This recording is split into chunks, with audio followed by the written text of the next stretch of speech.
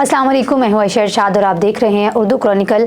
बात करेंगे गज़ा और इसराइल की जारी जंग के बारे में। गज़ा में इसराइली जारहियत अब भी जारी है। 24 घंटों में मज़ीद 250 फ़लस्तीनी जाम हक हो गए हैं।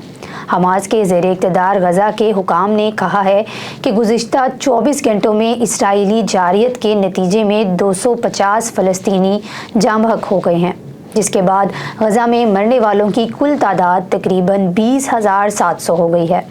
खबरसां अदारे के मुताबिक गज़ा की 23 लाख की आबादी में से अक्सरियत को अपने घरों से बेदखल कर दिया गया है और अक़वाम मुत्तहिदा का कहना है कि वहाँ इंसानी हालात तबाहकुन हैं।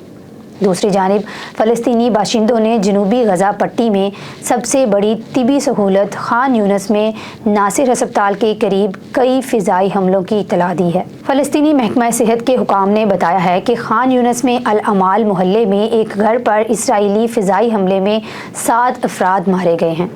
खबरसां अदारे के मुताबिक 2 मिस्री सिक्योरिटी ज़राए ने कहा है कि हमास और इसके इत्तेहादी इस्लामी जिहाद ने मिस्र की जानिब से गज़ा पट्टी में मुस्तकिल जंग बंदी के बदले इक़्तिदार छोड़ने की दी गई तजवीज़ को मुस्तरद कर दिया है। ज़राए का कहना था कि दोनों ग्रुपों ने मज़ीद यरगमालियों की मुमकिना रिहाई के अलावा किसी किस्म की रायत की पेशकश को मुस्तरद कर दिया है।